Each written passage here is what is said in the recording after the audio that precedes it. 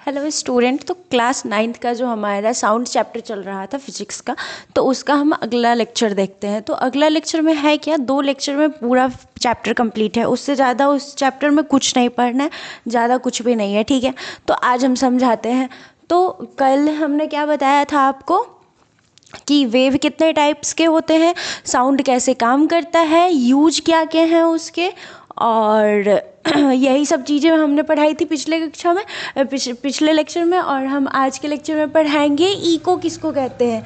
Eco क्या होता है, साउंड का रिफ्लेक्शन होता है। इको क्या होता है, इको देखिए क्या होता है। इको जो होता है ना, कि हम अगर कुछ बोलें और उधर से फिर हमारे पास आवाज़ जाए, जैसे हम बोल रहे हैं हेलो हेलो हेलो, एक बार हेलो बोले 3 बार आया आवाज़, ठीक है।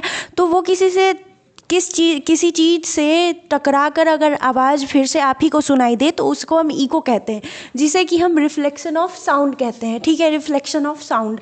अब कोई भी चीज़ बोला जा रहा है, ठीक है, यहाँ से साउंड एक निकल रहा है, तो उसका जो रिफ्लेक्टर है यानी कि सुनने वाला, हम अगर बोल रहे हैं और आप सुन रहे हैं, तो अगर हम किसी भी बेसिस पे बोल रहे हैं, तो आप जो सुन रहे हैं उसको कितना दूर रहना चाहिए, मतलब मिनिमम जो डिस्टेंस है उसका 17 मीटर होना चाहिए। उससे अगर कम होता है, मतलब ज़्यादा होता है, मिनिमम अगर हम बहुत ही हल्का बोल रहे हैं, ठीक है, हल्का, तो भी वो 17 मीटर तक जाएगा, उससे आगे नहीं जाएगा, ठीक है। उसका मिनिमम जो डिस्टेंस होना चाहिए वो हमारा 17 मीटर होना चाहिए, ठीक है। तो एक हम क्या पढ़े थे कल, बहुत सारा जो फॉर्मूला था उसमें एक था V/R1/T, तो उसी का एक डबल फार्मूला जब इको में आ जाएगा, तो इको में उसका होता है V = 2D/T, ठीक है। ये भी फार्मूला बहुत ज़्यादा याद करने वाला है, ये भी बहुत इंपॉर्टेंट होता है, ठीक है। तो अब हम एक देखते हैं, ठीक है। आप कहीं सिनेमा हॉल में जाते हैं, ठीक है। सिनेमा हॉल में कैसे रहते हैं, ऐसे ऐसे चेयर लगे रहते हैं, उस पर लोग बैठे हुए रहते हैं। मेरा फिगर बहुत ख़राब है, इसलिए इसी को मान लिया जाए, ठीक है। तो उसमें क्या होता है, यहाँ पे स्टेज होता है जिस पे एक टीवी लगा हुआ रहता है या प्रोजेक्टर होता है, ठीक है। बेसिकली वो प्रोजेक्टर होता है जिस पे बड़ा चुके मूवी लगा होता है, जो कि हम देखते रहते हैं, ठीक है।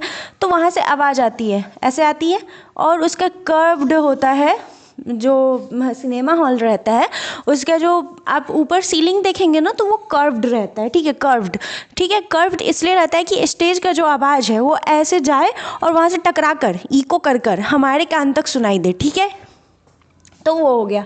अब ये confusion cause due to multiple reflection, ये जो कन्फ्यूजन है, कन्फ्यूजन कब होता है, जब कोई भी चीज़ हमको 2-3 बार सुनाई देती है, इको होकर सुनाई देती है, तो उसके लिए बहुत सारी गड़बड़ी होती है। जब हम कोई ऑडिटोरियम में बैठे रहते हैं ना, तो वहाँ का बहुत सारा जो दीवार होता है ना, वो जो भी बिल्डिंग है वो बनाया हुआ गलत डिज़ाइन से होता है, ठीक है। तो गलत डिज़ाइन से जब बनाया हुआ होता है, तो वो हमारे को इको करके दे देता है आवाज़ को। तो वहाँ पे जब उस जगह पे अगर आप मूवी देखने जाएंगे या फिर अगर कि कहीं पे बैठे हुए हैं, तो आपको बहुत अजीब सा लगेगा, वहाँ पे इको करते हुए आवाज़ आएगा, 2-3 बार आपको सुनाई देगा, आपको बहुत ख़राब लग सकता है, ठीक है। तो उसको ख़त्म करने के लिए, उसका इको ना हो उसके लिए हम करते हैं एक सॉल्यूशन जो होता है, वो हम कर सकते हैं कि रफ वॉल करना चाहिए। अगर हम देखें तो ये जो हमारा वॉल है, ठीक है, दीवार, तो वो क्या है, एक रफ वॉल है। रफ वॉल इसलिए रखा जाता है कि वो साउंड को एब्जॉर्ब कर ले, अपने अंदर रख ले, वो बाहर ना फेंके दूसरी बार, कि हमें रिफ्लेक्ट करके फिर साउंड सुनाई दे और फिर हमें दोबारा सुनना पड़े, फिर दोबारा सुनने से हमको वही इको हो जाता है, ठीक है।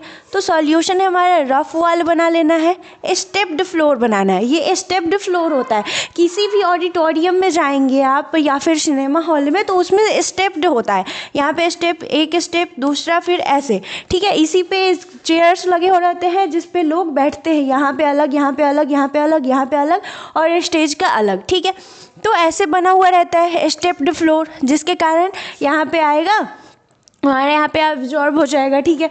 तो वो इसके लिए ठीक है। फिर हमारा कर्व्ड सीलिंग रखना चाहिए, ऐसे कर्व्ड सीलिंग रहना चाहिए। कर्व्ड सीलिंग यानी कि ऊपर वाला जो हमारा दीवार है, सीलिंग, छत जिसे हम कहते हैं, वो थोड़ा सा कर्व्ड रहे, जिसके कारण उसमें फिर आवाज़ इको ना करे, ठीक है।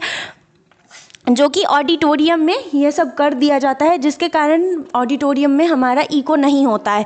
नहीं तो कहीं भी आप जाइएगा ऑडिटोरियम में, अगर वो उसका क्या उसको बिल्डिंग ठीक से नहीं बना रहेगा तो आपको इको करते हुए आवाज़ आएगा। ठीक है, यहाँ तक तो समझ में आ गया। अब ये पूरा confusion caused due to multiple reflection, इसी को हम कहते हैं रीवेपोरेशन। रीवेपोरेशन जो होता है वही होता है आवाज़ को दोबारा सुनाने वाला। ठीक है, तो उसको सॉल्यूशन हम बताएं कि रफ वॉल होना चाहिए, स्टेप्ड फ्लोर होना चाहिए और कर्व्ड सीलिंग होना चाहिए। ठीक है, अब ये हमारा जो दो प्रकार के वेव होते हैं, आपने देखा होगा लॉन्गिट्यूडनल का तो उतना नहीं होता है, पर ट्रांसवर्स का दो टाइप होता है। ठीक है, दो टाइप क्या होता है, एक बहुत लंबा सा वेव रहेगा और एक छोटा वाला वेव रहेगा, तो जिसका एम्पलीट्यूड बड़ा रहेगा। हमने क्या बताया था कल वाले लेक्चर में कि ये जो हमारा एम्पलीट्यूड है, इतना दूर का जो उसका डिस्टेंस होता है उसी को हम एम्पलीट्यूड करते हैं। अगर एम्पलीट्यूड ज़्यादा है तो वॉल्यूम भी ज़्यादा होगा। ठीक है, अगर एम्पलीट्यूड कम है तो वॉल्यूम भी कम है। यहाँ पे कोई इधर उधर नहीं, इन्वर्सल नहीं होता है, ये ऐसा ही होता है हमेशा। अगर एम्पलीट्यूड आपका जो ज़्यादा होगा तो वॉल्यूम भी ज़्यादा होगा। इसलिए जो हमारा आप देखते होंगे कि माइक लगा होता है, तो उसका जो माइक जो होता है ना, वो एम्पलीट्यूड को बड़ा कर देता है, जिसके कारण हमें वॉल्यूम ज़्यादा सुनाई देती है। ठीक है, अब हम ये दूसरा टॉपिक है तो वो हम बाद में देखेंगे। पहले हम देखते हैं use of ultrasonic wave. Ultrasonic wave किसे कहते हैं? जो हमें सुनाई देता है। ठीक है, तो सोनार क्या होता है? सोनार क्या होता है? अल्ट्रासोनिक वेव हमें सुनाई नहीं देता है। हमें सुनाई कितना देता है ह्यूमंस को? 20 हर्ट्ज से 20 किलो हर्ट्ज। ठीक है, तो वहाँ तक तो अल्ट्रासोनिक वेव क्या किसे कहते हैं? जो ज़्यादा होता है 20 के से, उसे हम अल्ट्रासोनिक वेव कहते हैं। ठीक है, तो वो जो होता है वो किस चीज़ में काम आता है? वो ख़राब भी है, हमें नहीं सुनाई देता, फिर भी काम के लिए है। ठीक है, यूजफुल है हमारे लिए, तो वो हमारा होता है सोनार में। सोनार क्या होता है? सोनार एक किसी भी शिप में लगा रहता है। ठीक है, सोनार सिस्टम सबमरीन में लगा रहता है। सबमरीन क्या होता है? जो कि अगर समुद्र है, बहुत बड़ा समुद्र तो बड़ा ही होता है, तो अगर समुद्र में पानी बहुत ज़्यादा कितना डेप्थ तक है वो हमें सोनार सिस्टम ही बताता है। ठीक है, कि अगर एक शिप चल रहा है, ये मेरा फिगर ख़राब है, ठीक है, इसी में काम चलाना पड़ेगा। तो ये जो है हमारा शिप है, शिप चल रही है, तो शिप हमारी है वो ये समुंदर है। ठीक है, सी, तो वो ये जो यहाँ पे एक ड्राइवर बैठा हुआ है, ठीक है, तो वो यहाँ से एक सोनार की तरफ भेजता है। सोनार ही लगा होता है, वो अपना डिस्टेंस कवर करने के लिए भेजता है कि कितना डेप्थ तक है, और नीचे कहीं सबमरीन दूसरे दुश्मनों का तो नहीं आया हुआ है, कोई दूसरा पहाड़ वहाड़ तो नहीं है जिससे हम टकरा कर कहीं टूट ना जाए हमारा शिप।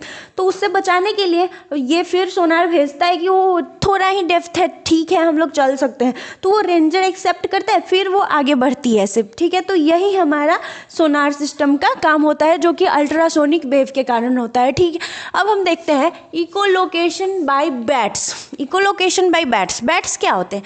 बैट्स वो पक्षी होते हैं जो रात में उड़ते रहते हैं, जिसे हम चमगादड़ भी बोलते हैं। तो लोग जो हमारे पुराने ज़माने के हैं वो बोलते हैं कि रात को इस पक्षी का नाम नहीं लेना चाहिए, तो हम लोग नहीं लेते हैं, उसे हम बैट कह देते हैं। ठीक है, तो जो चमगादड़ होते हैं वो इतने ज़्यादा इंटेलिजेंट होते हैं, उन लोगों में जो हमारा सोनार सिस्टम काम करता है ना, उन लोगों के दिमाग में सोनार सिस्टम लगा रहता है। ठीक है, तो वो जब उनको दिखाई नहीं देता है, लोग बोलते हैं कि रात को वो उड़ता है तो उसको दिखाई नहीं देता है, वो एक इतना बड़ा वेव भेजता है ना, सोनार सिस्टम जैसे भेजता है और देख लेता है कि डेप्थ कितना है, कैसे यहाँ पे अगर सबमरीन रहेगा तो वो भी बता देता है सोनार सिस्टम। वैसे ही इकोलोकेशन जो है, वो जो बैट्स होते हैं यानी कि चमगादड़ होते हैं, वो भेजते हैं एक ऐसा वेव जो कि कुछ चीज़ से टकरा गया, तो उनको लगता है वो खाने वाला होगा, तो फिर वो टकरा के उनके पास आता है इतना जल्दी से, और फिर वो दौड़ के उड़ के जाते हैं और उसको खाते हैं। ठीक है,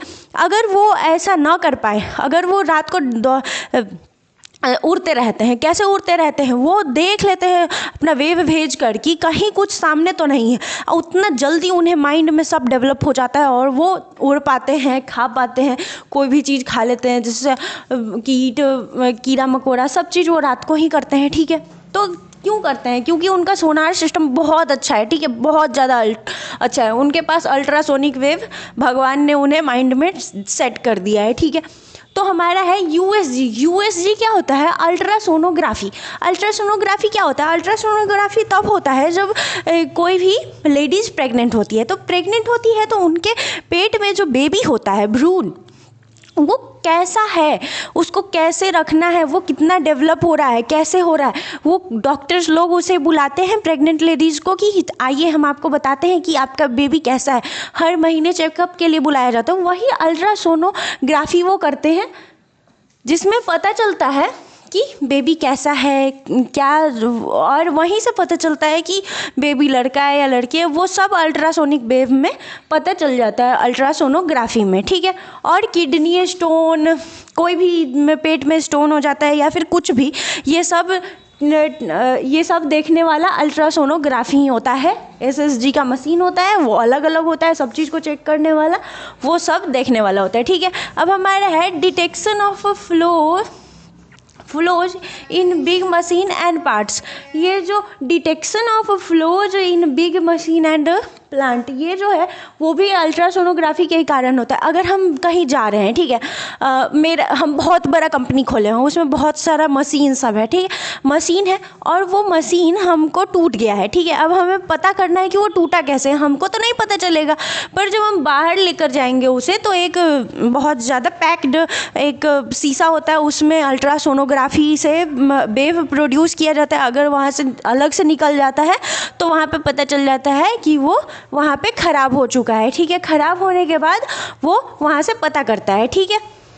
तो इसीलिए इसमें भी ये अल्ट्रासोनोग्राफिक साउंड वेव प्रोड्यूस करके देखा जाता है, ठीक है। अब हमारा है नॉइज और मेलोडी। ये तीन को जो है हमारा, उसके अंदर डिफरेंस क्या क्या है वो देखना है। तो हमारा नॉइज क्या होता है, मेलोडी क्या होता है। नॉइज किसे कहते हैं? जो हमें अच्छा नहीं लगता, जो साउंड हमें अच्छा नहीं लगता है। जैसे मुझे है कि बाहर अगर बहुत ज़्यादा माइक लगा हुआ रहेगा, बहुत ज़्यादा ज़ोर से आवाज़ करके बजाया जाए तो मुझे नॉइज लगता है। बहुत ज़्यादा चिल्लाना, ये सब हमको नॉइज लगता है, ठीक है। अब वही आप है, आपको अगर कोई चीज़ गाना बजाना बहुत लाउडली बज रहा है और आपको बहुत अच्छा लग रहा है, तो आपके लिए वही मेलोडी बन जाएगा, ठीक है। तो अनप्लीजेंट होता है वो नॉइज हो गया, और प्लीजेंट जो होता है वो मेलोडी हो जाता है, ठीक है। अब हमारा टोन और नोट में क्या अंतर है। टोन क्या होता है? जब एक बार सिंगल फ्रीक्वेंसी साउंड है, सिंगल फ्रीक्वेंसी साउंड एक बार टर्न किया और वो दूर तक आवाज़ जा रहा है, तो वो सिंगल फ्रीक्वेंसी साउंड है, तो इसको टोन कहते हैं। और नोट क्या है? Set of tone. जब टोन को सेट कर दिया जाता है और एक म्यूजिक बना दिया जाता है तो उसे हम नोट कहते हैं, सेट ऑफ टोन, ठीक है। अब इंटेंसिटी और लाउडनेस में अंतर देखना है। तो इंटेंसिटी कैसे कहते हैं? Actual volume as produced by source. अगर इंटेंसिटी किसको कहते हैं? जो एक्चुअल वॉल्यूम होता है और किसी सोर्स से आ रहा है, यानी कि किसी स्रोत से आ रहा है, कहीं से आ रहा है आवाज़, तो उसको हम इंटेंसिटी कहते हैं। और उसी को लाउडनेस हो गया तो volume as detected by listen. जब बहुत ज़ोर से आवाज़ हो जाता है तो उसको हम लाउडनेस कहते हैं। बहुत ज़ोर से आवाज़ हो जाता है, ठीक है, तो उसको हम लाउडनेस कहते हैं। जो हमारे सुनने के लायक नहीं होता, बहुत बुरा लगता है, तो उसे हम लाउडनेस कहते हैं। पूरा कंप्लीट हो गया आज का चैप्टर। अब हम आगे बढ़ेंगे, दूसरा चैप्टर स्टार्ट करेंगे कल से, ठीक है। Thank you.